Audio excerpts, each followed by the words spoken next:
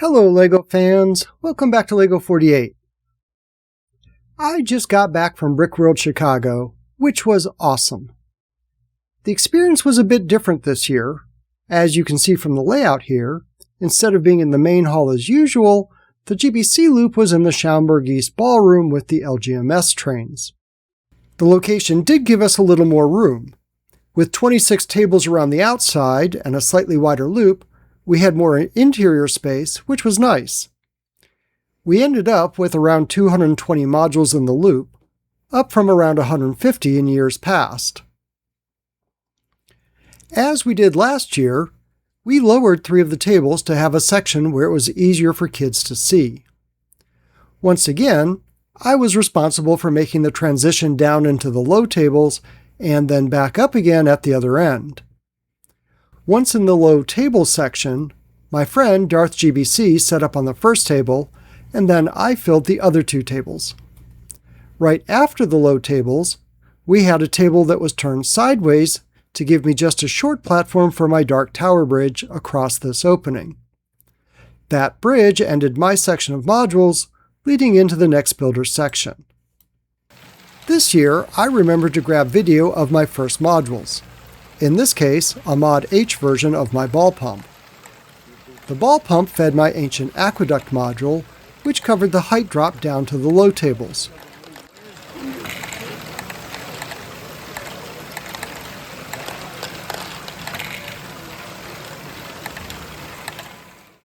The ancient aqueduct led into Darth GBC's modules, which included this lifting ramp module that he designed and his mechanical ball counter. His section also included his version of a vertical S-curve lifter and S-curve downspout.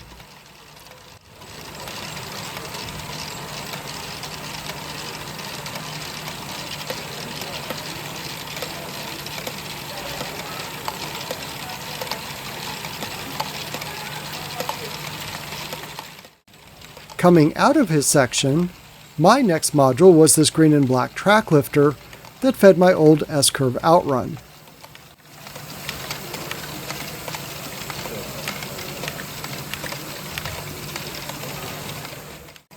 That fed into my batching module to collect balls for the Future City Tower and crisscross track.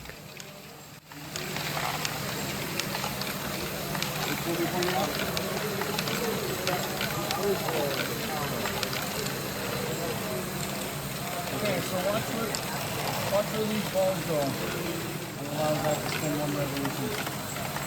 Okay. And then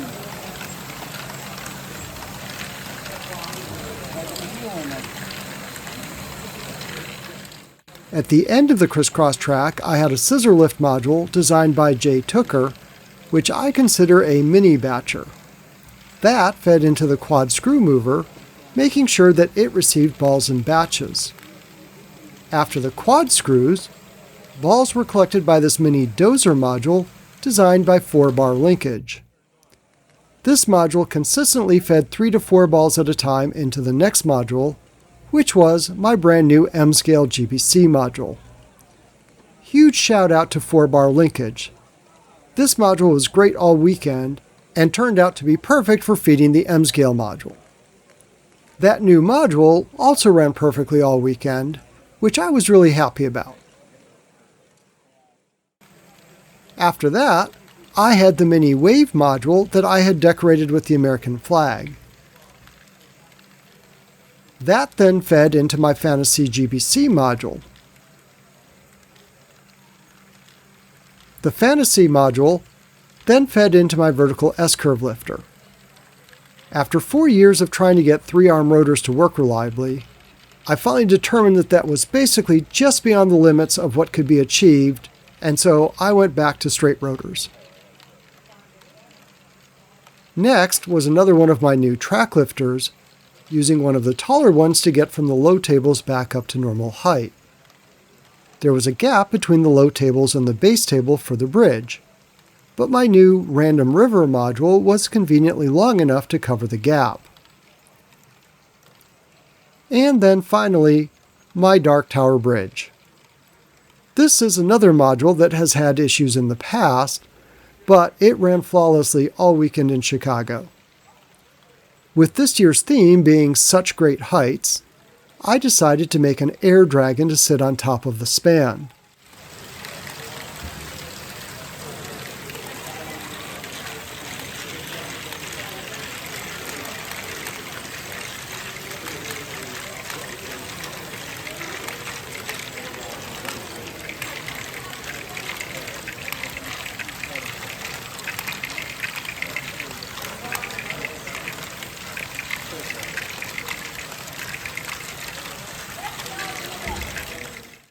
I had also modified the span with transparent panels for the ball run.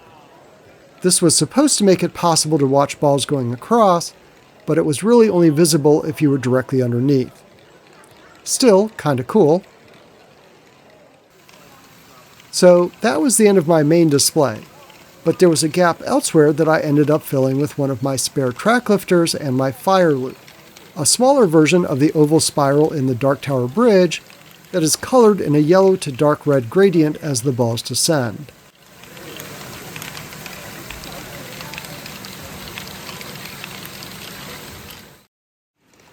Being in the ballroom this year, we had better control of the lighting for World of Lights, so when they turned the lights off, it got really dark.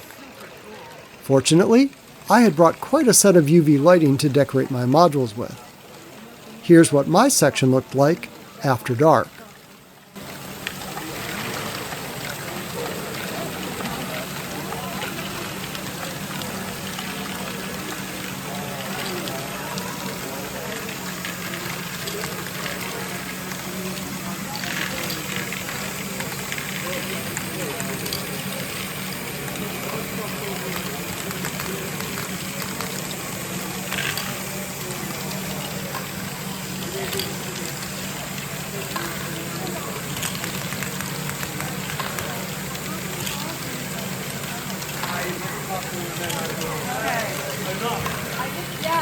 I could imagine. I'm looking at it going, hey.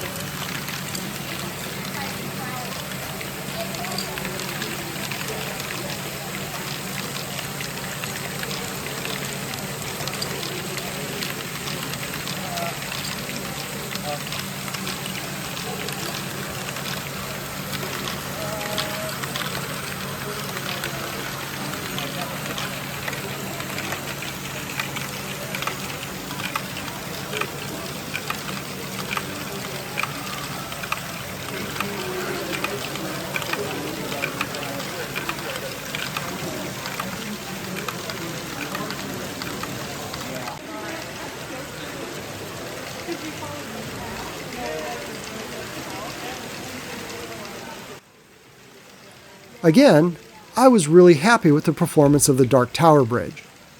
This is the first time that it hasn't failed during World of Lights, and the first time that I've gotten to see it in actual darkness.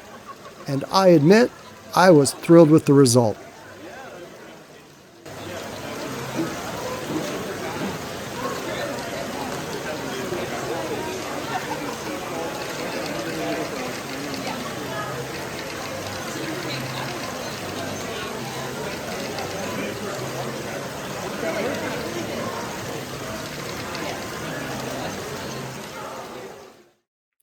This was my 5th time at Brickworld, but I can remember my first time back in 2022.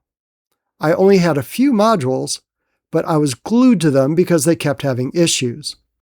I remember Tom Atkinson telling me to work on making my modules more reliable because I would enjoy the show more if I could relax and not have to worry about my modules so much. This time, I had around 20 modules, and most of them worked reliably enough that I could go look at other things and help other people as needed. For the most part, I really never had to worry about my section. I had 2 motors overheat, both of them in modules where they could be quick changed, and I was right back in business. Losing 2 motors for that many modules is pretty typical, and because I've designed my modules to allow for quick changes, the impact was minimal. So I have to agree with Tom. The more reliable that you can make your modules, the more enjoyable your experiences at shows will be.